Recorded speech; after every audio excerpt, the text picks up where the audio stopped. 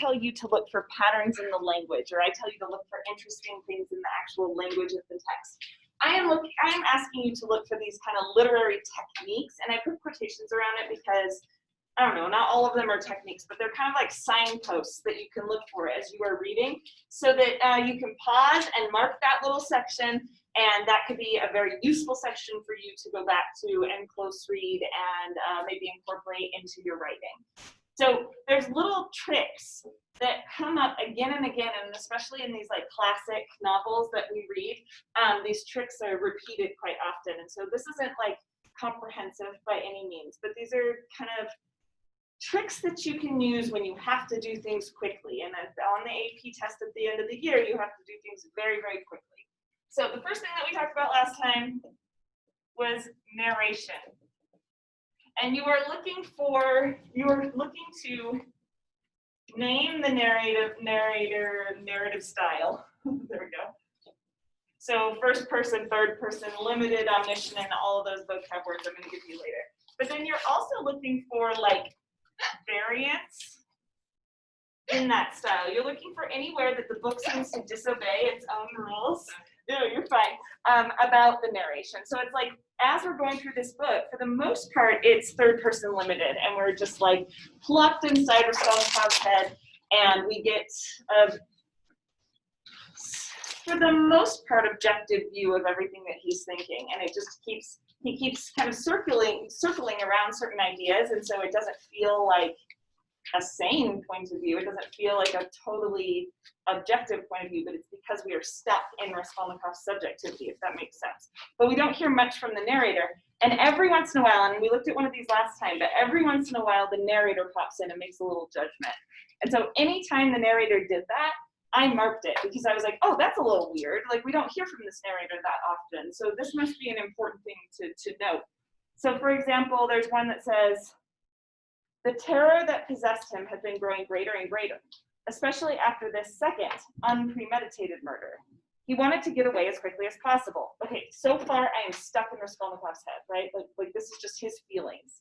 But then it says, if he had been in a condition to exercise a soberer, which I'm not sure is more sober, judgment and see things more clearly, if he could only have recognized all the difficulty of his position and how desperate, hideous, and absurd it was, if he could have understood how many obstacles to surmount, perhaps even crimes to commit, still lay before him before he could escape from the house and reach home, very probably he would have abandoned everything and given himself up, not out of fear for himself so much as from horror and repulsion for what he had done.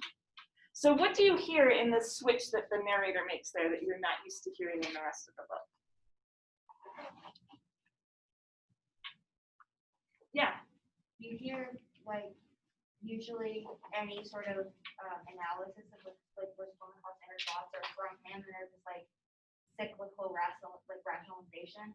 But this is like a very clear assessment of his actual position, and it's very like refreshing almost, because the entire book is just Raskolnikov going like, what I did was good, what I did was bad, what I did was, you know. Yeah. And this is the only, like, one of the only times where you actually feel like, okay, like, no, this is actually what we're supposed to think. Like, this is actually what's going on. Good. So the narrator comes in and kind of tells us, here's the book stance on his behavior, right? Yeah, totally. And the if he repeating that many times, it's like, it's Dostoevsky saying, like, notice me.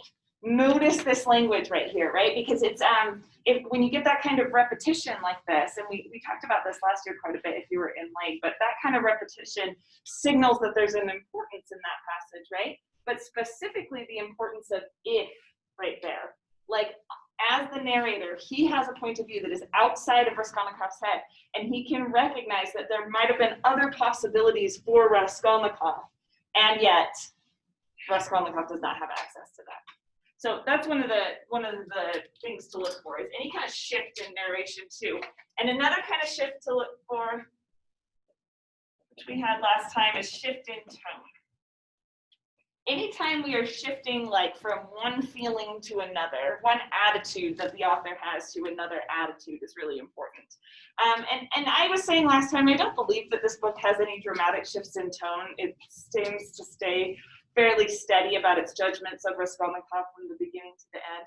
But someone might argue that the end, with its religious undertones and its talk of love for Sonia. Someone might argue that that's a kind of shift in tone, and we could make that argument. But anything that stands out to you as a shift is important. All right, and then we talked about critique. That you're looking for anywhere in the book that it seems to be critiquing the context. A lot of times in a lot of the books that we read this year, and this might say more about me than the books themselves, we will find some feminist critique. So we'll be reading the book and it seems like this woman is sort of just going along, living a life that was prescribed for her by the times, and the book will sneak in these little critiques about how that's not the best choice for her, right? So you'll see them come up, and we saw one when we were looking at how he was judging Sonia. I remember when it was Semenov and Luzhin. We don't need to look at this again, but he was basically like, oh yeah, I love Sonia because everything she does is like a rejection of the system, and she's basically, he's like, she's a badass, like she's sitting there like rebelling against society and blah blah blah.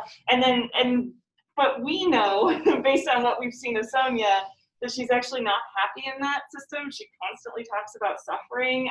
Her actions are not a political action, they are out of necessity. So there's little critiques in there. Okay, the next thing you're looking for is irony and sarcasm. Anywhere that you see the book being sarcastic, you know that there's going to be a hint there about the book's attitude towards the subject, right? So we looked at the end in the epilogue where it said this conclusion coincided happily with our latest fashionable theory of temporary insanity. And we talked about the kind of stank on that word fashionable, right? That it sounds like, oh, that's trendy. And that is a little moment of sarcasm, like that he's making fun of the context. Okay, yeah. I think it's on like page 160, like something. It's like he's talking to Stars of Hornsby, I don't know. Yeah. And they're talking about like the idea of like murder and stuff. He goes, well, this guy slit the throat of a 4-year-old child. A 4-year-old slit the throat of a 4-year-old. Uh-huh. And then like he's thinking, oh, that's gross, but it's kind of ironic because they describe both Lizaveta and the pawnbroker as being like shivering little children, and as he kills them, but it's sadder when it's an actual child. So I just kind of found that whole statement ironic. Oh, absolutely. Yeah, that's a really, really good example. That one, it's like not the sarcasm, it's the actual irony there. Yeah. Good. Okay, the next one, and I don't know that we got to this one. Did we get to excessive detail in our list last time? Yes. Okay. Yes. I want to look at this one more closely because I think I was rushing. Anytime you see a portrait of a character where this book has spent a paragraph or more talking about the details of what a character looks like, you know that that's kind of over the top detail a little bit. It feels like it stands out as a portrait. Pause and read it carefully.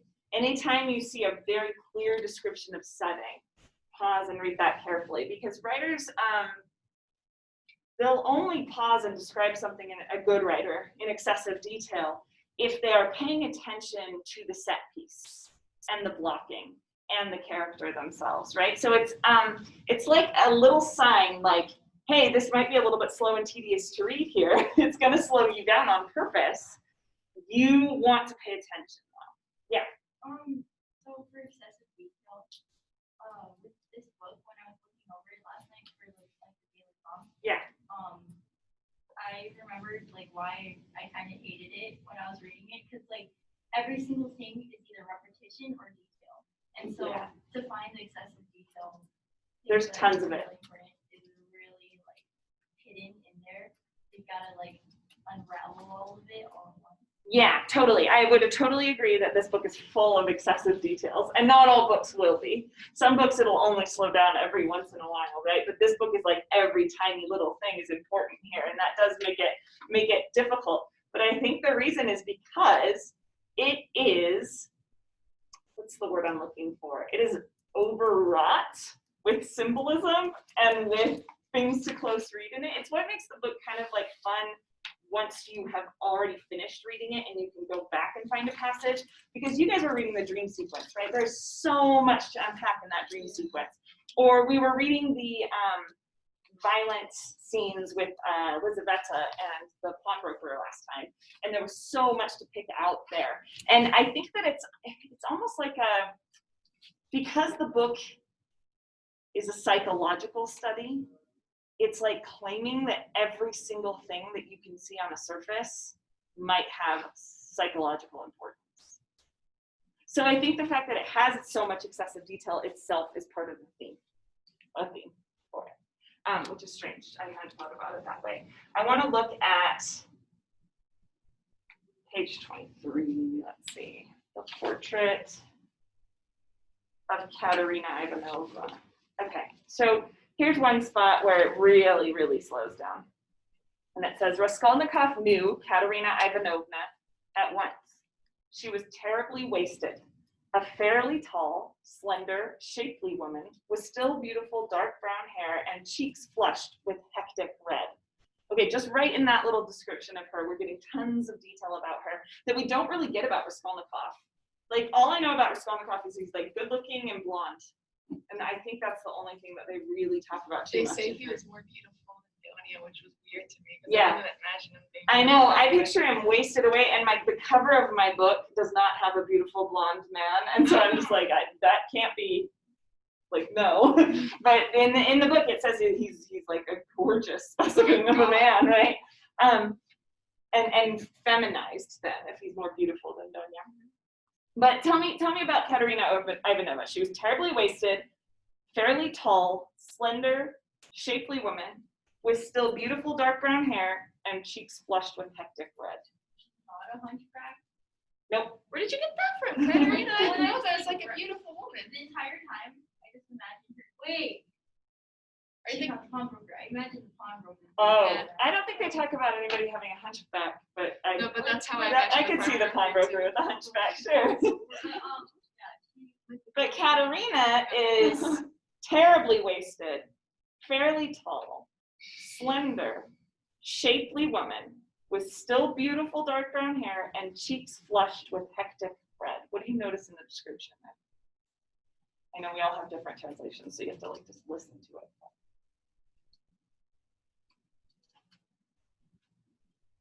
Listen to the oh yeah, Amberly. It's kind of contrasting. Yes. It's like, I don't know, all these beautiful features that are very ideal, and then like very sickly and wasteful. Yeah, and it's really interesting in the way it contrasts it, because wasted is going to have a negative connotation no matter what, right? Fairly tall has a positive connotation, I think, no matter what. But then slender contains both. And cheeks flushed with hectic red contains both too, because it's a sign of her sort of tuberculosis, which has a horribly negative connotation, obviously, right? She's wasting away, to use the word from earlier, but it is also a sign of beauty. A lot of tuberculosis at the time had a weird reputation where people wanted to look like they had tuberculosis on purpose. Yeah. So I looked up what wasted meant, Yeah. and it says there's two definitions, and I think that it means both. There's like wasted something, like used carelessly or extravagantly. So I'm imagining her to be like kind of gaudy in some sort of way, to like relive how she was. Oh, I love that idea. Yeah. And then like wasted, I mean, so not only is she trying to present herself as like how she was, but she's also like weak in spirit because she has tuberculosis. Yeah, amazing, but also weak in spirit, like she actually does waste wealth in this book, right? Like the one time that she gets money, she wastes it. And we see that when it says still beautiful dark brown hair, like it's hinting at this past that she had where she was undeniably beautiful and robust, and now we look at her and she's wasting away. So it contains both parts of her. Okay, that's just one sentence of the description. The description goes on. She was walking up and down the little room with her hands pressed to her breast. Her lips looked parched, and her breathing was harsh and uneven. Her eyes had a feverish glitter, but their gaze was hard and fixed. The consumptive and agitated creature was a painful spectacle, with the last light of the guttering candle flickering on her face. She appeared to Raskolnikov to be about 30 years old, and she and Marmeladov were certainly ill-matched. She did not hear or notice them as they entered. She seemed to be in a sort of stupor, deaf and blind to everything. And then it talks about the room. The room was stuffy, but she had not opened the window. A foul smell came from the stairs, but the door to the landing was not shut. Clouds of tobacco smoke blew in from other rooms through the half-open door, and she coughed but did not close it. Okay, it goes on. The whole page is a description of the layout of that room, where exactly each piece of furniture was, what the atmosphere was like. He goes through all 5 senses, like what things felt like, what things tasted like, what things smelled like. Why do you think it's so essential? This is, basically a side character in our story. It has nothing to do really with the murder itself, right? So why do you think it's so essential that early on in the book, he's describing Katerina and her circumstances so carefully? Yeah. So I feel, personally, it made me feel kind of worse when when Marmeladov got hit by the carriage, because you realize she has all these responsibilities and she's still trying to remain who she was, yet she was dying and wasting away really badly. Yeah. And so you hear about, oh, she's not living in a good place. And then we also learn about how Sonia's having to work for them. How Marmeladov is just a drunk. And so then when you're reading this, you feel even worse for her. Yeah. And then when he ends up getting hit, you're just like, oh, so she's not gonna be able to do anything. Her health is gonna deteriorate because she's already stressed out, and then it gets worse with stress. So we're seeing like a woman right on the edge, and we know how easily it would be just to push her over. So it gives us that kind of empathy or sympathy, right, about this character. Yeah. It honestly like made me really like this part is right after he meets Mark. Yeah. Yeah. So like Yeah, he's just escorted his drunk new best friend home. Yeah. so it made me like angry because like her husband like describes her as beautiful and she like lost everything. So the fact that she's wasting away here, it made me angry that she like the book is trying to make us like sympathetic towards her in a way, because like I felt like she did it to herself, and the fact that she's still trying to do it while her children are like suffering. Yeah. Like even though she's suffering, she's still trying to like get that to the same place. Yeah. I felt like it was really selfish. I really like when we're reading that passage, and I'm losing my train of thought. What was I going to say about what you just said? Oh, I think that she tests our empathy. And I think that's part of her purpose in the novel, is like it's all well and good to sit there and say Raskolnikov ultimately chose his suffering, right? Like he did not have to kill those people, and he chose to, and he might sometimes think that he was fated and determined to do so. But we as readers, getting all of the information from the narrator and the irony and all of that stuff, we know that he could have chosen better, right? At least that's what we're supposed to feel, I think, as we read this, that people have free will. And yet we see Katerina Ivanovna, and she's like this portrait of poverty. She's lost everything because she made one bad choice in marrying a guy, but how is she supposed to know? And so I think that we do feel angry at her in a lot of situations, like when she's out on the street and like making her kids like dance for money. She was losing her mind. Yeah, but you're still like frustrated and mad at her because you're like, you would have had that money if you hadn't spent it on this ostentatious funeral, right?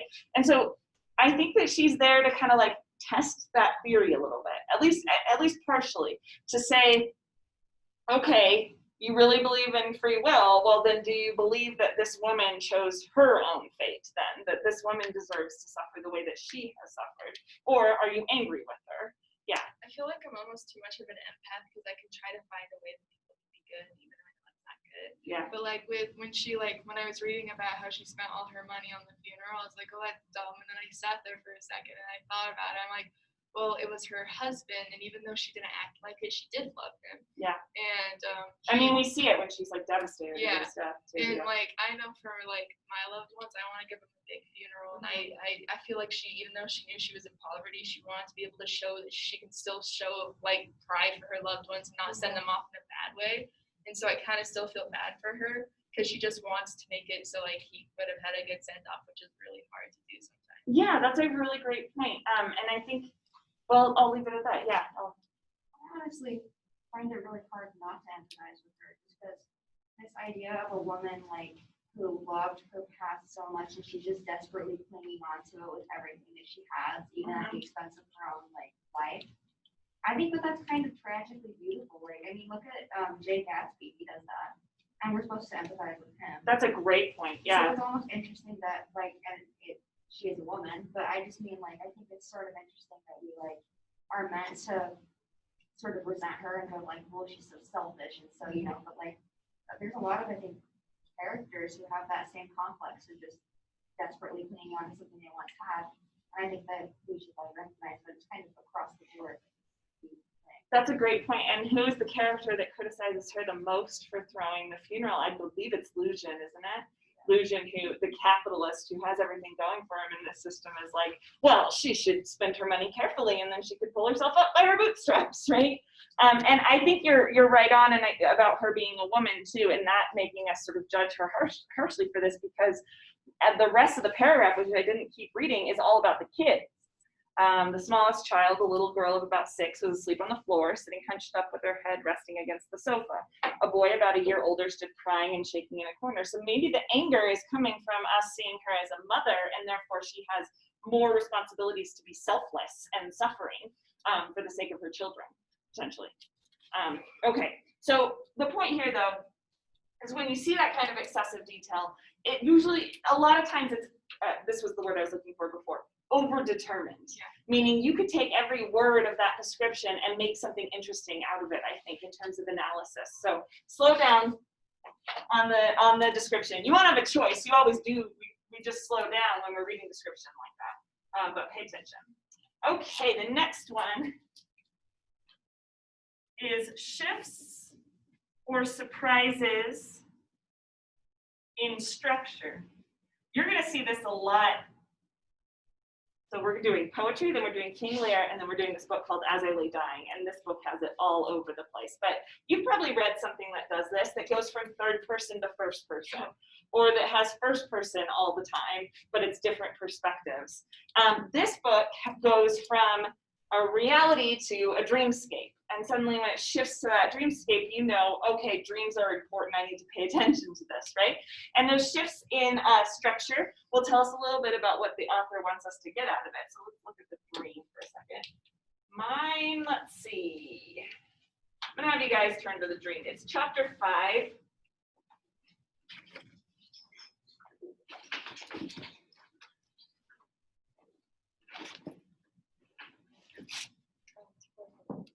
Chapter 5, and I just want you to go to the second page of chapter 5 to see how the book actually like digs a hole and puts the signpost up on purpose to say, please pay attention to this.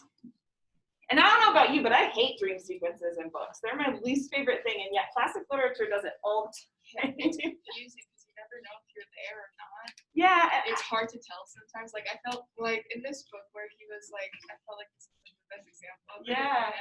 Where that guy came up to him and was like, "You're a murderer." I would like even wrote it down. I was like, "Oh, this is a dream." Right? Yeah, right. And then when they say it wasn't later on in the book, I'm like, what was that? What was the point? Right. Yeah, and I think Svidrigailov has a dream in this, and like it slips into this dreamscape, so it does kind of question your view of reality. But I think that's part of putting you into the mindset of Raskolnikov, where he doesn't quite know what's a dream and what's reality anymore either. He's in that kind of fever state for so long. All right, so second page of this, the paragraph of mine starts, "A sick man's dreams are often extraordinarily distinct."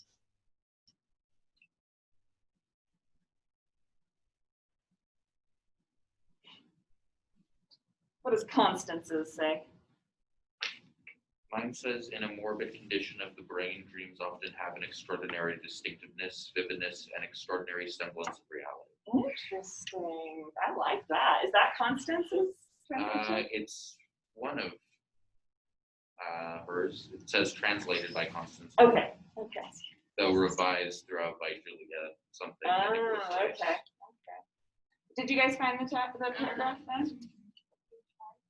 Mine says, in pathological states, dreams are often distinguished by an uncommon vividness and sharpness of focus, and by an extraordinary conjunction with reality. Okay, so we've got sick, pathological. Constance says morbid. Will you read that one again for me? In morbid condition of the brain, dreams often have an extraordinary distinctiveness, vividness, and extraordinary semblance of reality. Fascinating. Let's get, does anyone else have a different translation than the ones we've read now? Mine said remarkably graphic. For describing the mount, read the sentence, Mark.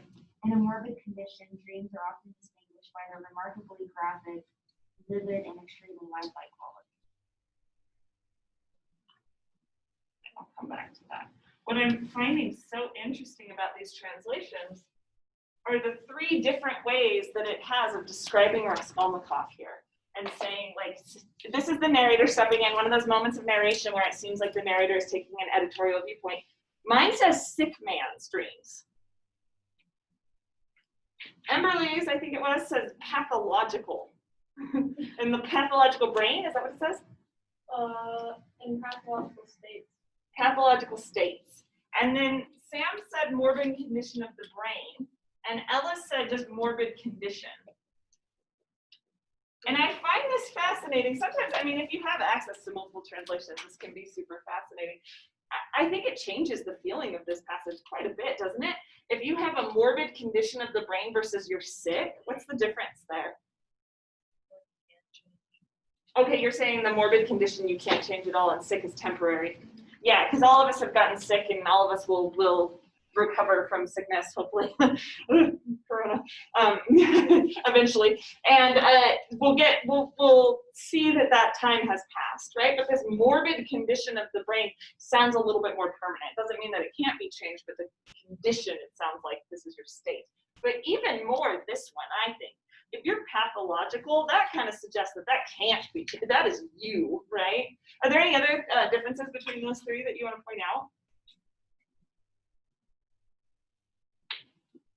Yeah. I think the difference between the states and condition is something like that kind of garners my attention. Just for the fact that like when it says the pathological states, it's like, oh, that's how he is.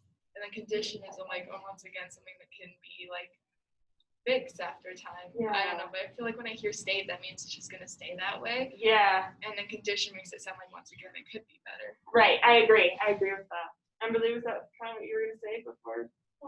Yeah, I feel like morbid has kind of a more negative connotation, like almost as if you feel like gruesome. It's just kind of like, I don't know, it kind of makes it more, I don't know, negative. And then pathological is more like scientific, like diagnosis of the state. And then sick is just like, I don't know, an overview of just kind of like his well-being.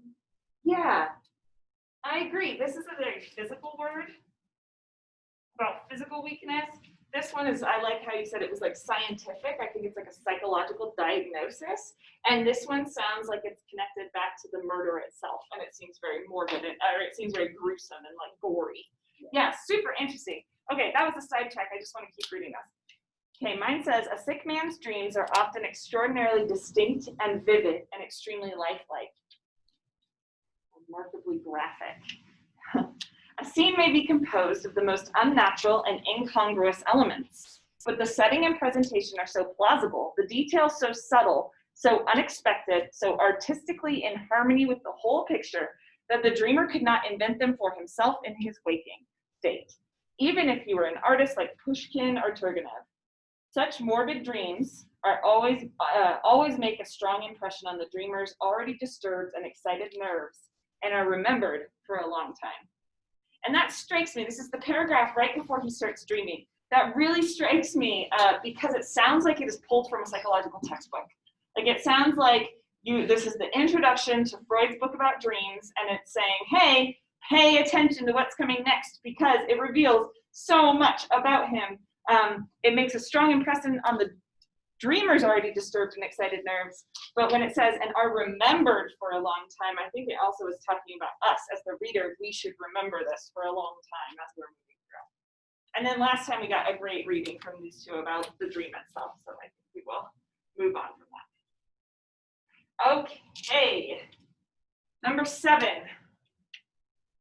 There's only 2 more, I think, just so you know. Number 7, and Allie brought this up, we are looking for patterns and repetitions.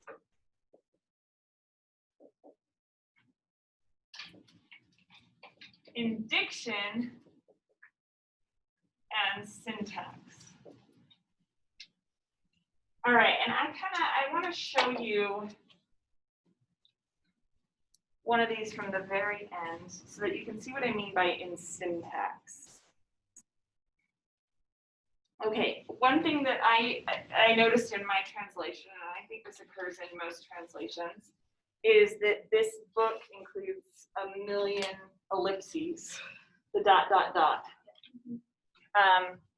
But it doesn't, in my version, it doesn't put it like that. It doesn't have the ... close together, which is an actual ellipses. Instead, it spaces them, which in like MLA format and actually other formats as well, it's an omission. So this one is ellipses. It signals, oh, 2 L's probably. It signals a long pause. So we, when we're talking, you can hear the ellipses in our voices. But omission is a particularly, can only be written an omission because you are seeing the spaces between the dots. And this book contains quite a lot of what is technically omission. So I want to look at a couple of these, at least in my translation.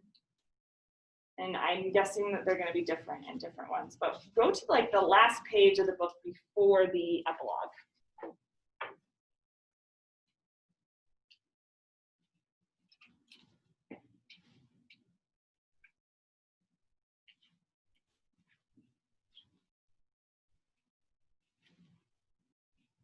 And this is just a couple sentences before the end of the book, or end of the book before the epilogue.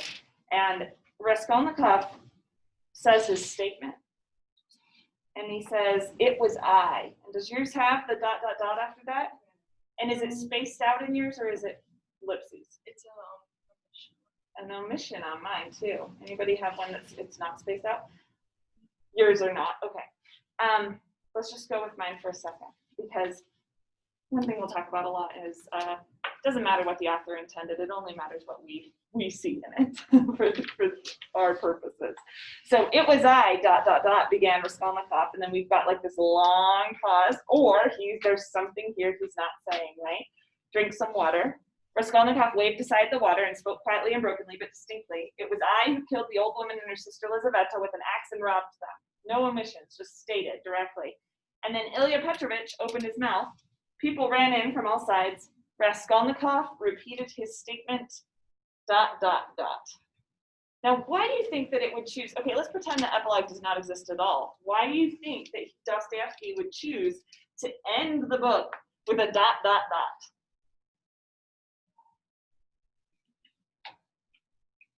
Yeah, you found it. If there is no epilogue, I think it's to make it like, one, to make it like really, really tense, for it to keep the tension of the book, and 2, I think it's to make it like open-ended, and so you can only imagine what happens.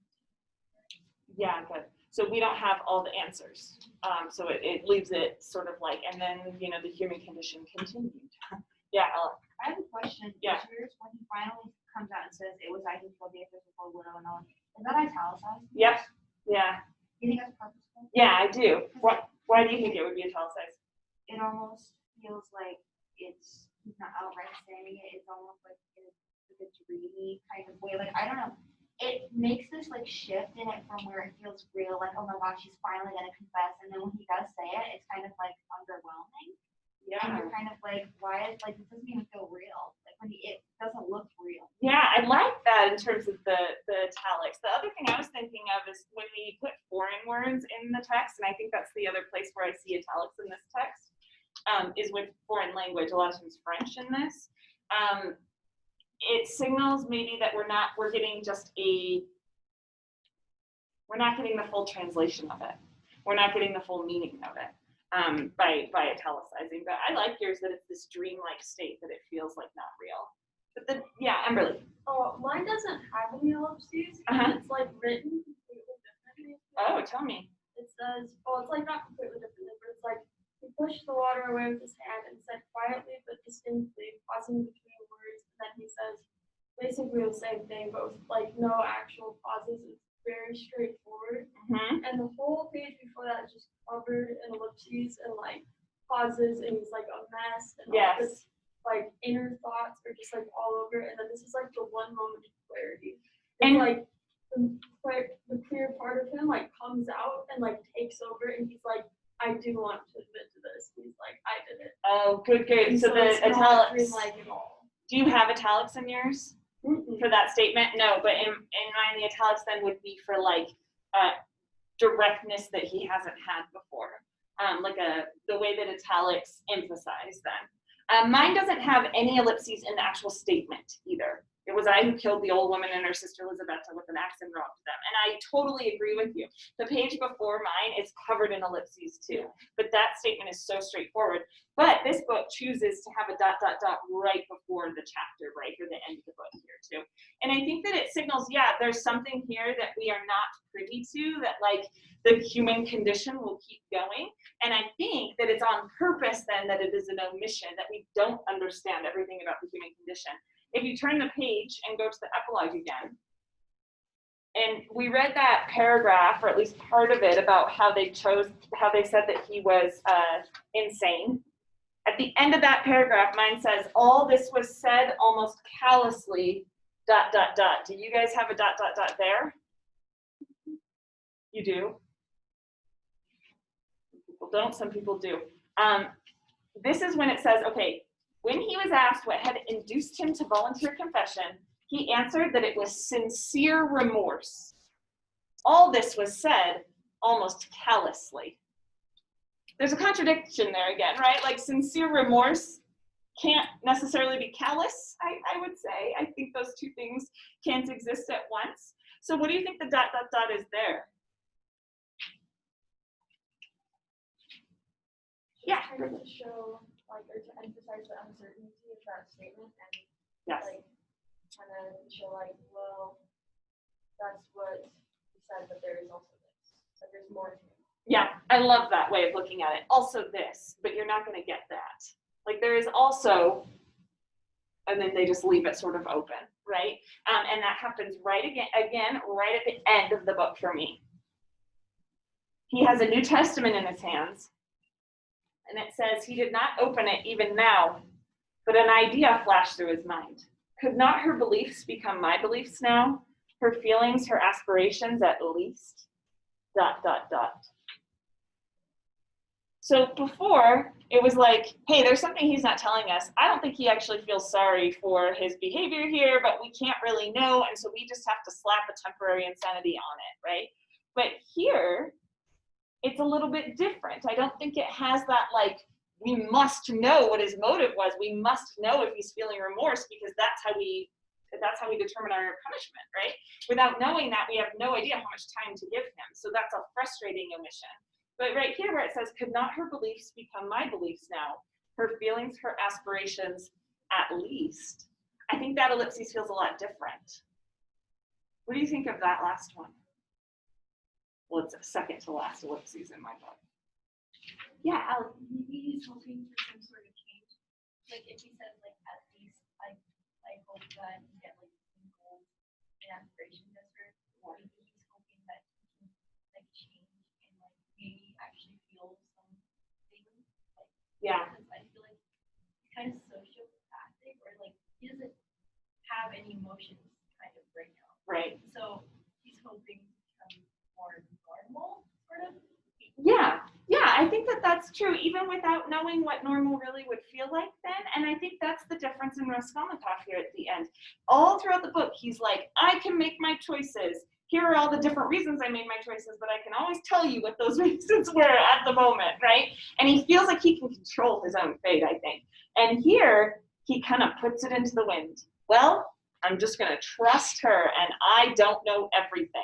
So whereas the earlier omissions make us feel very uncomfortable, and we're like, what is he not telling us? This omission, we're like realizing, oh, he can't tell us everything because he doesn't know, and that's okay. I think there's like it's okay not to know everything at the end. That there's this thing called the human condition, and it is bigger than we can ever control or know. So ... And there's another one at the end as well. So when I'm looking for a pattern and I see these omissions popping up over and over again, I'm going to try to pay attention when the repetitions come. And I think that that's kind of something you always annotate on when you guys see repetitions, but that was one in the syntax itself. And the last one, look for symbols. And this book, it's almost frustrating in its numerous symbols. Everything feels symbolic. Did we talk about the pawn in the pawnbroker's hands, though? That's the one I want to look at. Okay, so the pawn, I'm not going to read that paragraph again, but the pawnbroker is in the process of being murdered. And she has enough strength to raise both hands to her head. One of them still held the pledge. Then he struck her again and yet again with all his strength, always with the blunt side of the axe. All right, so the pledge is like the thing that is trying to be pawned, right? So why do you think it is significant? Because I think that is a symbol right there. Why do you think it is significant that she's grasping onto that as she dies, Allie? I think they talked about this last time. Oh, okay. We said, like, that the pawn that she's holding, it represents, like, his motive, but, like, it also represents emotional guilt. Yeah, good. All right, so it's like he wants to kill her because she's a pawnbroker, and he thinks that that's a sinful, terrible thing to be, that she hurts the society by being a pawnbroker, right? But it's also, he sees her grabbing onto her livelihood, and that might be his guilt. Yeah. It almost places a little bit of doubt into my mind as to, or I guess a little bit of uncertainty as to how I feel about her as a person, because I think throughout the book, you're meant to think like, first of all, like, you killed like an innocent old lady, like what were you thinking, you know? But then like, in her dying moment, that she's still grasping onto something that's like putting him in poverty. Mm-hmm. I think that that's almost interesting, because some of the book saying maybe he wasn't entirely wrong, like maybe she wasn't a good person, or maybe she kind of deserved what, like, I think that it's almost Yes. like the book arguing something a little bit too. Yes, I think it's the book throwing in that little bit of doubt. Yeah, I wouldn't say that this book is like 100% pro-capitalism. I think this book shows how the system that Russians are in at this time keeps people like Katerina in poverty. I mean, obviously, drink has a lot to do with that, alcohol as well. But this book sees a lot of poverty, and it says, okay, pawning is not necessarily the answer. And so I think it does throw that bit of doubt in there, where we're like, well, this greedy woman, she won't even let go of it as she's dying. But it's also a symbol of her grabbing onto her own life, you know, as she is being, if that's the thing that keeps her alive, because she has to have some kind of business to keep her alive, then she's grasping onto it desperately as he's taking that away from her. Then the next page then, since we already talked about that one, there's another symbol. This is around Lizaveta's, no, this is around the pawnbroker's neck. There were two crosses on the cord, one of cypress wood and the other of brass. Again, excessive detail. Why do we need to know that one is cypress wood and one is brass, right? As well as an enameled religious medal, and beside them hung small soiled chamois, I don't know how to read that word, leather purse with a steel frame and clasp. It was crammed full. Raskolnikov thrust it in his pocket without examining it and threw the crosses down on the old woman's breast. Then, this time taking the axe with him, he hurried back into the bedroom. Okay, what do you think is significant about describing the crosses here, the brass and the cypress wood? Because later on in the end of the book, it shows him having to bear his own cross. Yeah. And was it like, well, I don't remember what hers was made out of, but it was similar to that. I don't remember either. Yeah. I should look it up. And then, so like him throwing it down is kind of showing him rejecting it. And then Yeah. at the end, it kind of shows him accepting what he did and realizing he has to bear the cross. Yeah, absolutely. And that he has to kiss the earth at the crossroads too. So he has to respect the human body that he has just thrown the thing at, and he has to respect the cross itself. Yeah, good. I mean, I think we can make a lot of the fact that there is a brass one that's kind of more wealthy, ostentatious, and then there's the plain wood one, and then there were two murders, and we could do a lot with it. I want to move on though. These are the things we're going to be looking for as you read. And these are, I mean, what I'm going to keep calling signposts, but something important about the theme is coming up. And if you find one of these things and you can make something of it, then you're going to have a great analysis. And you can even do this when you've got 40 minutes, if a symbol pops up, you've got a great analysis. If something interesting in their narration pops up. So if you can remember these 8 things throughout the entire year, and we'll kind of go slowly through all of them, then you're going to be in awesome shape for the test at the end, and just writing a literary analysis in general.